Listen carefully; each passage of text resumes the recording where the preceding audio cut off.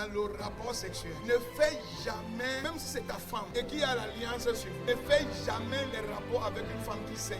Une femme qui est en menstrue, tu es mort. Pendant qu'une femme est en menstrue, elle n'est plus ta femme. Elle devient un être bizarre.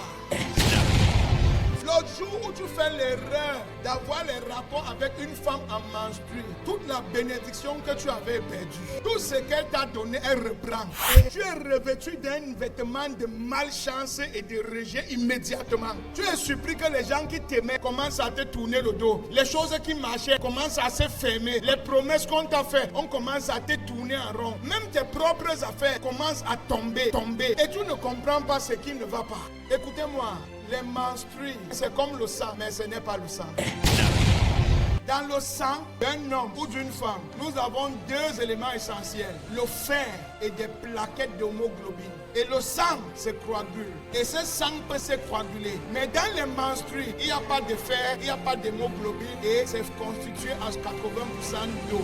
Et l'eau là, c'est quoi? C'est le liquide par lequel toute chose a été créée. Toute chose a été tirée de l'eau. Même toi, même la terre à laquelle tu as été fait, a été fabriquée par l'eau. Et l'eau là vient faire quoi? L'eau là vient pour nettoyer les déchets et préparer le chemin pour que la vie soit créée. Et cette eau est une eau qui est appelée déchets et impurs. C'est pour ça avant, quand une femme était en menstrue, elle ne s'approchait pas où il y avait les hommes. Elle se retirait, s'enfermait. Dans nos propres traditions, quand une femme était en menstrue, on faisait des rituels sur elle. Nos grands-mères, elles avaient compris beaucoup de choses que nous on n'a pas compris même qu'on a en Jésus. Quand les femmes étaient en menstrue, on faisait des rituels. Pourquoi? Parce que toute personne qui approche la femme devient impure. Les menstrues deviennent comme un vêtement de rejet et de malchance. Toute la saleté là, quand tu entres dedans, toute la saleté là t'habille. Presse, papa!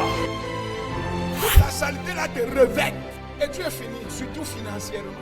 Lévitique 20, 18. Si un homme couche avec une femme qui a son indisposition, Qui a ses menstrues, et découvre sa nudité, s'il découvre son flux, si les menstrues là le touchent et que sa sémence, c'est-à-dire son sperme, touche le sang là, le contact là, l'homme là est immédiatement revêtu de rejet. Presse, papa! Il y a des tissus, une alliance avec les déchets.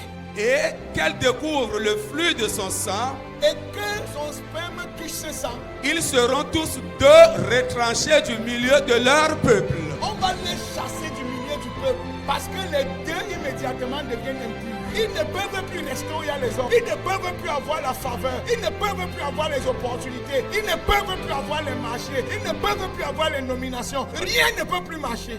Il y a des hommes, quand ils veulent avoir des rapports, et la femme dit je suis en période. Il dit que j'ai le parapluie. Tu as le parapluie, hein? Laisse le nettoyage passer. Laisse toute la saleté passer. Ce que tu vois là, ce n'est pas le sang. Laisse tout le nettoyage là.